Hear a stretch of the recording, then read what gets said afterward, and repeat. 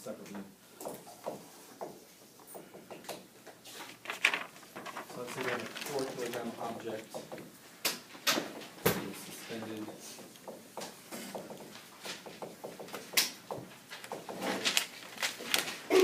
On aluminum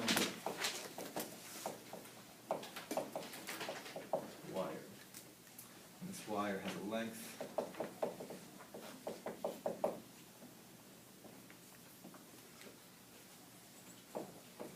2 meters,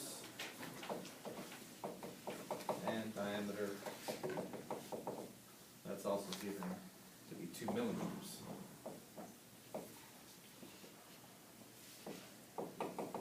Let's determine how much the wire will stretch.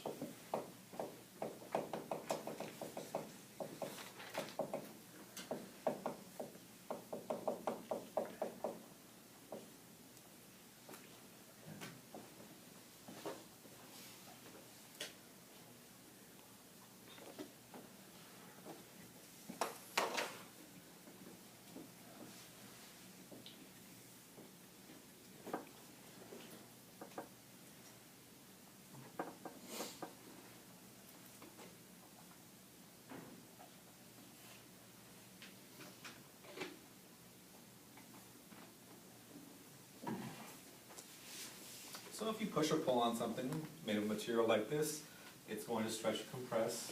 Now we'll have to account for that here, figure out how much that is. Do you expect this number to be big or small? Probably pretty small. Right? If it's a piece of wire, small compared to the length, right? Any ideas how much you think it might be? I mean, do you think it might be half a meter? When you say small, are you thinking meters, quarter meter? Quarter meter? Depends on what this is, really, right? It's going to be much less than a quarter meter here because this is a pretty small mass, but we'll see what it is. Just make sure when you're doing these, though, you're kind of thinking about the numbers and really what could happen with a mass this size pulling on a wire.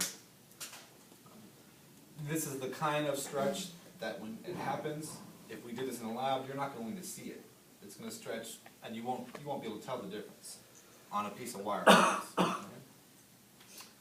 But again, overall, if you're building a bridge or something with all these wires, you have to account for all these things with properties and materials.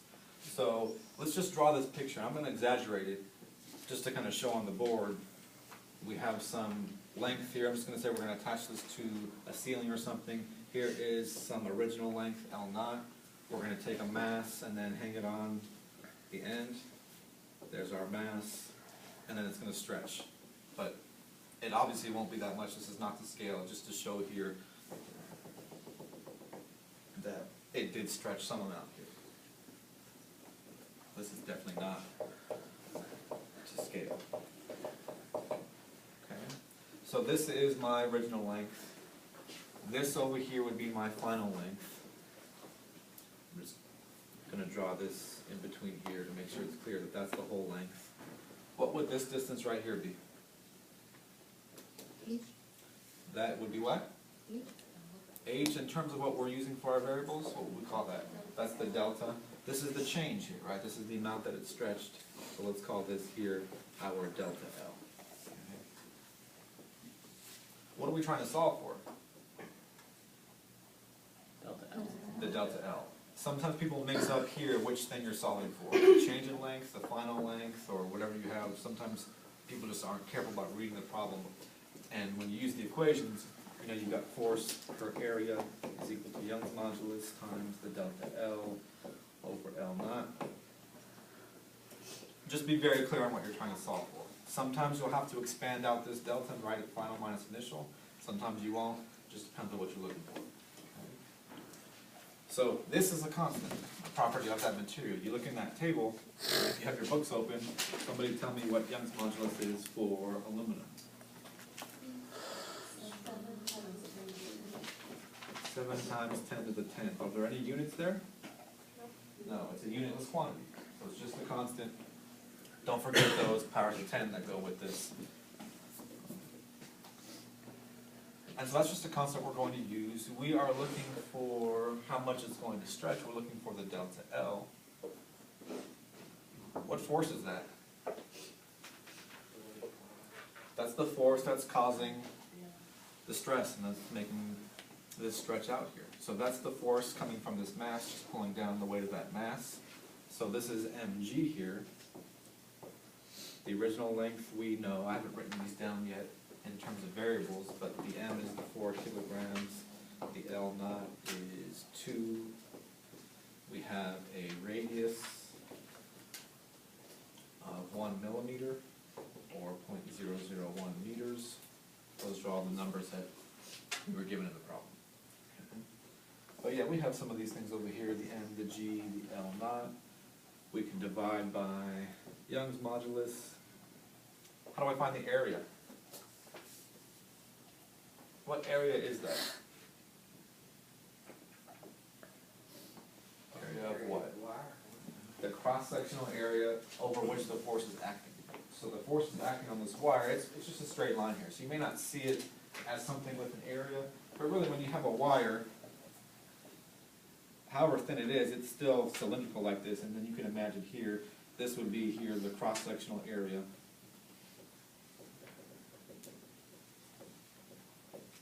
That we're looking for here. It's just the area of the circle, the cross-section there of the wire. So, what's the area of a circle? Almost. I say almost because he said pi. And pi's right. 2 pi. That's the circumference. If it's an area, we need squared units, right? Pi r squared. So we have to have an r squared. This is the pi r squared. You're gonna give us those, right? The test. I said I was thinking about it. Sometimes I do. I would I highly don't recommend it. want you to lose points just because of this, but We don't want you to go through Reading, You know- so. and I go back and forth sometimes between giving you equations on the exams or not. The bad thing about giving you equations is that I can't give you partial credit, or I won't give you partial credit for writing down the correct equation. So then sometimes I just give you a few points for just getting the equation right and nothing, not very much more. If I give you an equation sheet, then you don't have that. And I've taken tests where I've had a whole page of notes or a whole equation sheet with examples, and what I do when I'm stuck is I sit there staring at it, hoping the answer's gonna jump out at me, and it doesn't, and then half an hour's gone. And so sometimes that's bad, but equations like these, I'll consider. I'll think about it. So your A is always going to be the area of the item under tension? Yes, These the equations- area, wherever the force is acting, that's, and so you could be pushing on a beam or something from the side, and if you had, you know, a big beam or something like this, and then you're pushing on it over here with the force, then this would be the area, and this, even if this had some volume to it, this would be the cross-sectional area right there. The force is acting on this side. And you might think, well, that force is just acting on a point right there. That's still the whole side where the force is acting. That would be the area there in that case. Hard to see for a line. It's a straight line like a wire like that, but then here on these, it's always going to be just in the area. So I think we have everything now, right? mg, L naught, pi r squared, Young's modulus, delta L is what we're looking for. Yeah, we can solve this. So we've got 4 kilograms. Got gravity here. The original length of 2 meters. Your radius was 0.001. And Young's modulus there is 7 times 10 to the 10th. This would give me the delta L.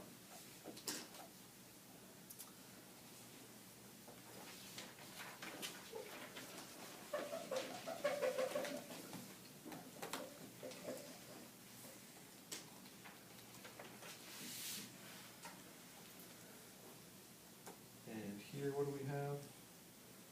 3.57 times 10 to the minus 4 meters for the delta L.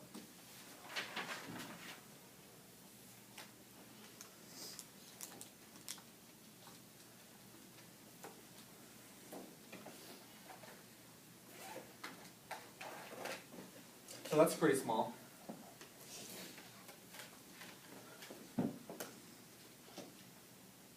If I asked you for what the length of the wire would be once the mass is attached to it, how would you find that? Add delta L to the L. Just add the delta L to the L. So just always make sure you know which one you're solving for, because sometimes it'll ask you for either one of those. Either add that to the L, or you could have just rearranged it from the beginning here with writing this as L minus L naught.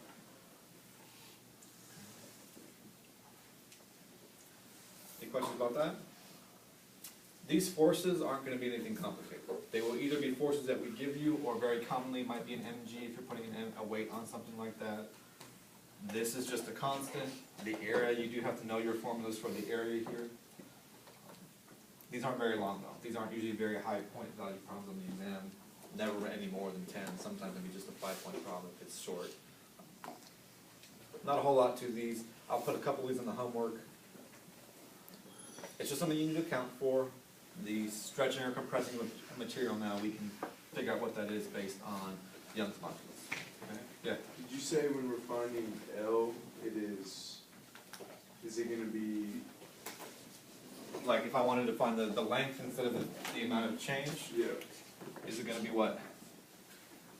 did you say it was L plus delta L? The original length plus the change, L naught plus delta L, Okay, would give you the final length. okay. Which is what we would see So here if I wrote this delta L out. is either gonna be, is it always gonna be longer, or? L will always be longer, because this is the L right here. The delta will always be, not always, but usually be smaller. Could be longer if it's a small rubber band and you pull it real far, then it could be longer, so we can't say if it's always bigger or smaller. But the L, if we're pulling on it, will always be longer than the original. Now, I could push the other way, and if I had like that beam or a slab of concrete or something that you're pushing on, then it's going to compress a little bit. So the direction of stretch or compression depends on what kind of force you're exerting on it. And that's where I was saying with these are all gonna be the same numbers except for the bone, which is different if it's a tension or a compression.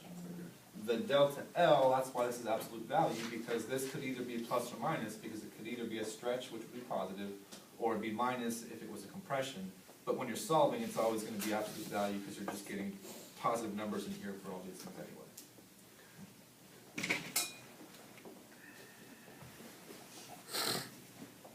Mistakes on these problems on exams are sometimes people forgetting the formula for the area of a circle, and